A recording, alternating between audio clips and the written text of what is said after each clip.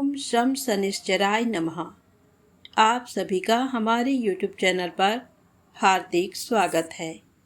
आज शनिवार के दिन आइए सुने भगवान शिव और नारद जी के संवाद में शनि देव जी की पौराणिक कथा और शनि देव जी की स्तुति। इस कथा को पूरा अवश्य सुनिएगा। आधा अधूरा सुनने से शनि देव का अपमान होगा, इसलिए इस कथा को पूरा सुनिएगा। कमेंट्स में शनिदेव महाराज की जय हो अवश्य लिखिएगा। और अभी तक आपने हमारे चैनल को सब्सक्राइब नहीं किया है तो कृपया सब्सक्राइब अवश्य कर लें। तो प्रेम से बोलें, शनिदेव महाराज की जय हो, शंकर भगवान की जय हो। एक बार नारद जी ने महादेव जी से पूछा, हे सुरश्रेष्ठ, शनैश्चर की दी हुई पीड़ा कैसे दूर होती है, ये मुझे बताइए। तब महादेव जी बोले, देवर से सुनो, ये शनैश्चर देवताओं में प्रसिद्ध काल रूपी महान ग्रह हैं। इनके मस्तक पर जटा है, शरीर में बहुत से रोए हैं तथा ये दानवों को भय पहुंचाने वाले हैं। पूर्व काल की बात है, रघुवंश में दशरथ नाम के एक प्रसिद्ध राजा थे। वे चक्रवर्ती सम्राट, महान वीर तथा 7 द्वीपों के स्वामी थे। उन दिनों ज्योतिषियों ने ये जानकर कि शनैश्चर कृत्तिका के अंत में जा पहुँचे हैं, राजा को सूचित किया, महाराज, इस समय शनि रोहिणी का भेदन करके आगे बढ़ेंगे। ये अत्यंत उग्र साकट भेद नामक योग है, जो देवताओं तथा असुरों के लिए भी भयंकर है। इससे 12 वर्षों तक संसार में अत्यंत भयानक दुर्भिक्ष फैलेगा। ये सुनकर राजा ने मंत्रियों के साथ विचार किया और वशिष्ठ आदि ब्राह्मणों से पूछा, द्विजवरों, बताइए इस संकट को रोकने का यहाँ कौन सा उपाय है। तब वशिष्ठ जी बोले, हे राजन, ये रोहिणी प्रजापति ब्रह्मा जी का नक्षत्र है। इसका भेद हो जाने पर प्रजा कैसे रह सकती है। ब्रह्मा और इंद्र आदि के लिए भी ये योग असाध्य है। महादेव जी कहते हैं, नारद, इस बात पर विचार करके राजा दशरथ ने मन में महान साहस का संग्रह किया और दिव्यास्त्रों सहित दिव्य धनुष लेकर रथ पर आरूढ़ हो बड़े वेग से नक्षत्र मंडल में गए। रोहिणी पृष्ठ सूर्य से 1.25 लाख योजन ऊपर है। वहां पहुंचकर राजा ने धनुष को कान तक खींचा और उस पर संहार अस्त्र का संधान किया। वह अस्त्र देवता और असुरों के लिए भयंकर था। उसे देखकर शनि कुछ भयभीत हो हंसते हुए बोले, राजेंद्र, तुम्हारा महान पुरुषार्थ शत्रु को भय पहुंचाने वाला है। मेरी दृष्टि में आकर देवता, असुर, मनुष्य, सिद्ध, विद्याधर और नाग सब भस्म हो जाते हैं, किंतु तुम बच गए। अतः महाराज, तुम्हारे तेज और पौरुष से मैं संतुष्ट हूँ। वर मांगो, तुम अपने मन से जो कुछ चाहोगे उसे अवश्य दूंगा। दशरथ ने कहा, शनिदेव, जब तक नदियाँ और समुद्र हैं, जब तक सूर्य और चंद्रमा सहित पृथ्वी कायम है, तब तक आप रोहिणी का भेदन करके आगे न बढ़ें। साथ ही कभी 12 वर्षों तक दुर्भिक्ष न करें। शनि बोले, एवमस्तु। महादेव जी कहते हैं, ये दोनों वर पाकर राजा बड़े प्रसन्न हुए।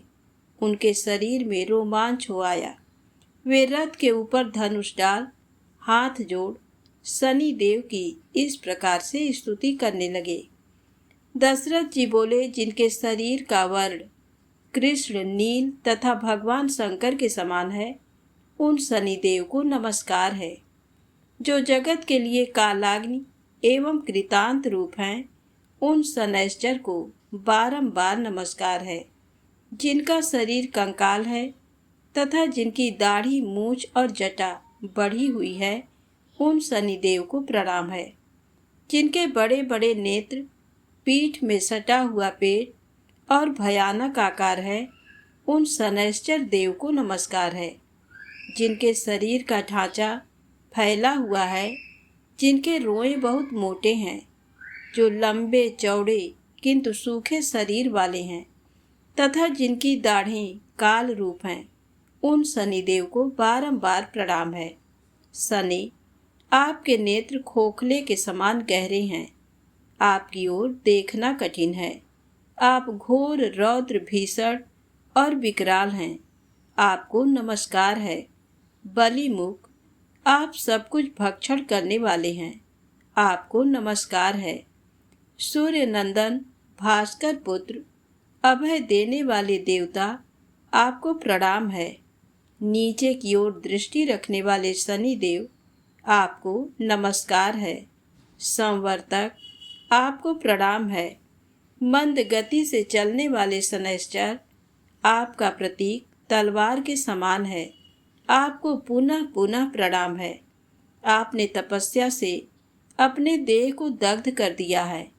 आप सदा योगाभ्यास में तत्पर, भूख से आतुर और अतृप्त रहते हैं।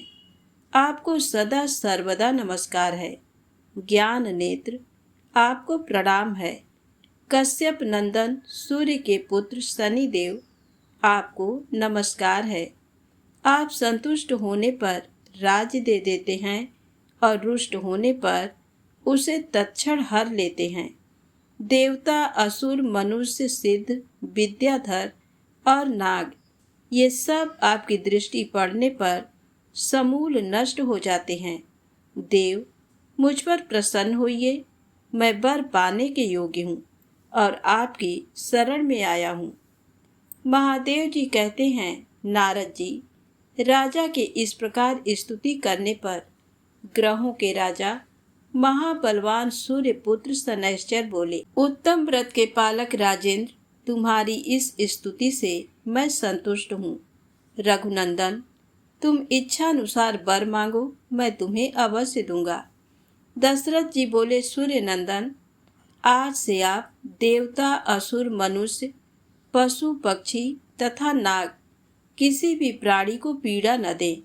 शनि ने कहा, राजन, देवता, असुर, मनुष्य, सिद्ध, विद्याधर तथा राक्षस, इनमें से किसी के भी मृत्यु स्थान, जन्म स्थान अथवा चतुर्थ स्थान में मैं रहूं तो उसे मृत्यु का कष्ट दे सकता हूँ, किंतु जो श्रद्धा से युक्त, पवित्र और एकाग्र चित्त हो, मेरी लोहमयी सुंदर प्रतिमा का समी पत्रों से पूजन करके तिल मिश्रित उड़द भात, लोहा, काली गौ या काला वृषभ ब्राह्मण को दान करता है तथा विशेषतः मेरे दिन को यानी शनिवार को इस स्तोत्र से मेरी पूजा करता है, पूजन के पश्चात भी हाथ जोड़कर मेरे स्तोत्र का जप करता है, उसे मैं कभी भी पीड़ा नहीं दूंगा। गोचर में, जन्म लग्न में, दशाओं तथा अंतर दशाओं में ग्रह पीड़ा का निवारण करके मैं सदा उसकी रक्षा करूंगा। इसी विधान से सारा संसार पीड़ा से मुक्त हो सकता है। रघुनंदन, इस प्रकार मैंने युक्ति से तुम्हें वरदान दिया है। महादेव जी कहते हैं, नारद, वे तीनों वरदान पाकर उस समय राजा दशरथ ने अपने को कृतार्थ माना।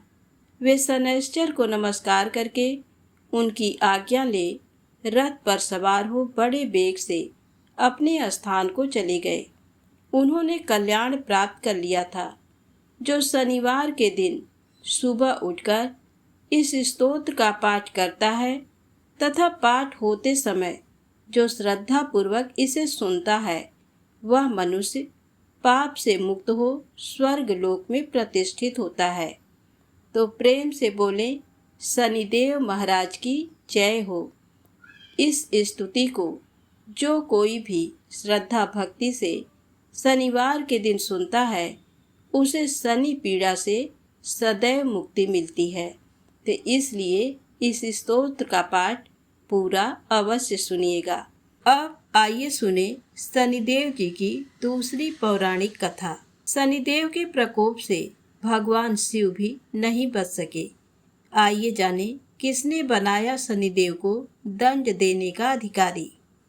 ज्योतिष और धार्मिक मान्यताओं में दंड के अधिकारी माने जाने वाले शनिदेव के बारे में कहा जाता है कि जिस पर भी शनि की तिरछी नजर पड़ जाए वह उनके प्रकोप से नहीं बच सकता।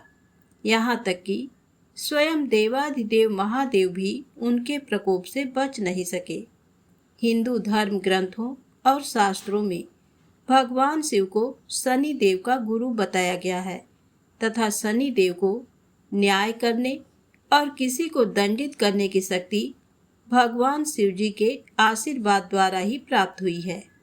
अर्थात शनि देव किसी को भी उनके कर्मों के अनुसार फल देते हैं, पापियों को दंडित करते हैं और अच्छे कर्म करने वालों को सुखी रहने का आशीर्वाद देते हैं। चाहे वे देवता हों या असुर, मनुष्य हों या कोई जानवर, कोई भी शनि की नज़र से बच नहीं सकता। शास्त्रों के अनुसार सूर्यदेव एवं देवी छाया के पुत्र शनि देव को क्रूर ग्रह की संज्ञा दी गई है। शनि देव बचपन में बहुत ही उदंड थे तथा पिता सूर्यदेव ने उनकी इस उदंडता से परेशान होकर भगवान शिव जी को अपने पुत्र शनि को सही मार्ग दिखाने को कहा।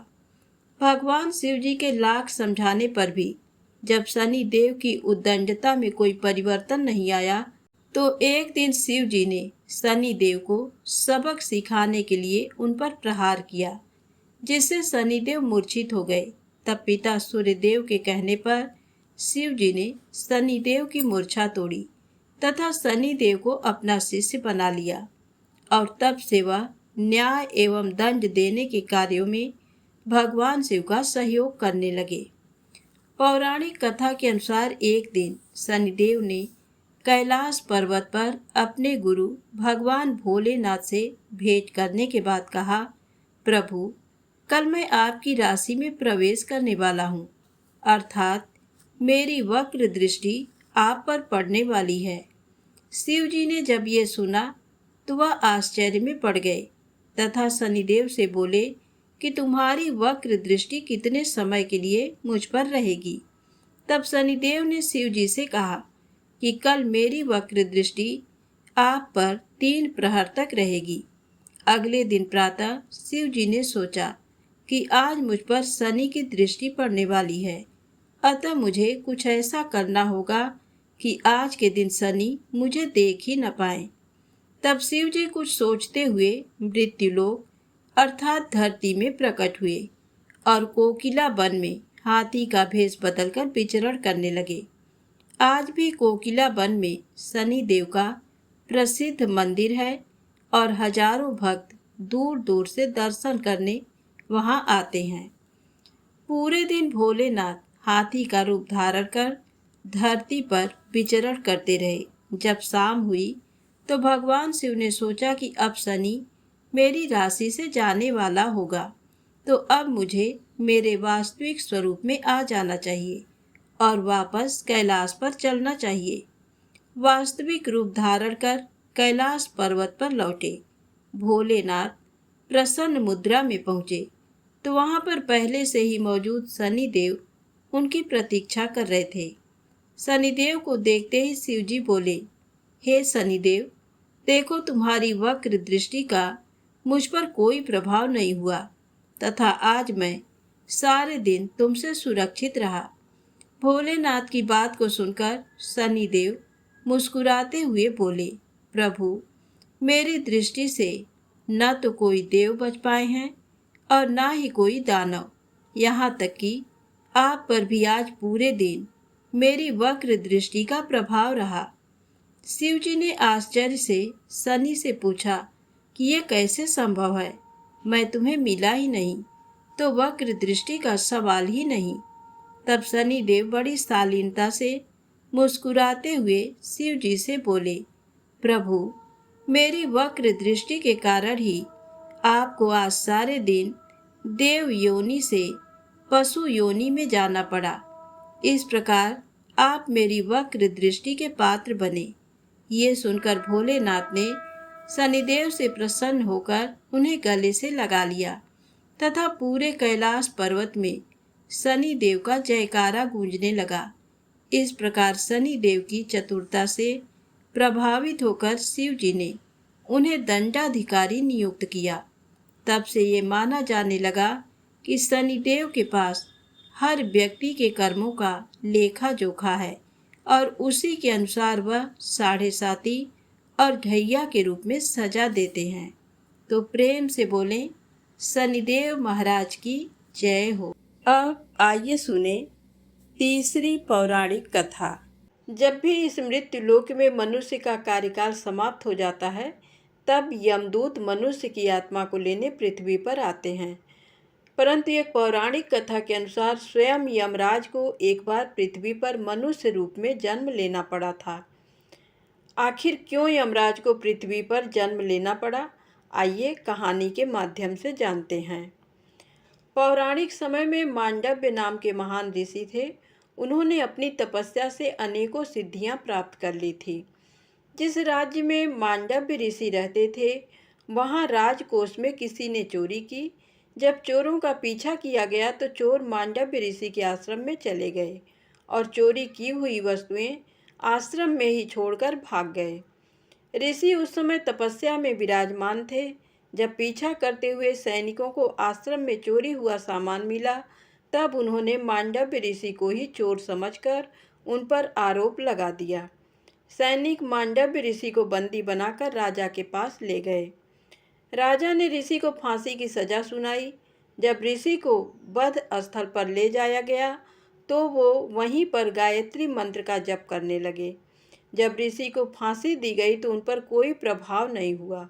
वहां उपस्थित सैनिकों समेत राजा भी ये देखकर अचंभित थे। राजा को समझ आ गया कि ये कोई तपस्वी हैं और तब राजा को अपने किए पर पछतावा हुआ और ऋषि से क्षमा मांगी। तब ऋषि ने उत्तर दिया कि राजन, मैं तुम्हें क्षमा करता हूँ, परंतु यमराज को नहीं। बिना कोई पाप मुझे मृत्यु दंड क्यों दिया गया। अपनी तप शक्ति ऋषि यमराज के समक्ष पहुँचे और इस दंड का कारण पूछा। यमराज भी ऋषि की तप साधना से भयभीत हो गए। महान तप से वचन पवित्र हो जाते हैं और तपस्वी जो भी बोल देते हैं वो सत्य हो जाता है। यमराज ने उत्तर दिया कि हे ऋषिवर, आपने 3 वर्ष की आयु में एक तितली को कांटा चुभाया था। इसी पाप के कारण आपको ये दंड मिला। प्रत्येक व्यक्ति को अपने छोटे से अपराध के लिए भी दंड भुगतना पड़ता है। ऋषि ने कहा कि शास्त्रों के अनुसार यदि अज्ञानता के कारण कोई व्यक्ति अपराध करता है तो उसका दंड उसे स्वप्न में दिया जाना चाहिए। इसलिए यमराज, तुमने मुझे शास्त्रों के उल्लेख के विरुद्ध दंड दिया है। मैं तुम्हें श्राप देता हूँ। तुम अपने इस अज्ञान के कारण किए गए कृत्य के परिणाम स्वरूप एक दासी के गर्भ से मनुष्य योनि में जन्म लोगे। तो दोस्तों, ऋषि मांडव्य के इसी शाप के कारण यमराज को पृथ्वी पर विदुर के रूप में जन्म लेना पड़ा। प्रेम से बोलें धर्मराज जी भगवान की जय हो। यदि आपको ये कथाएं अच्छी लगी हो तो कृपया लाइक अवश्य करें, चैनल को सब्सक्राइब करें, शेयर करें। जय माता दी, जय भोलेनाथ।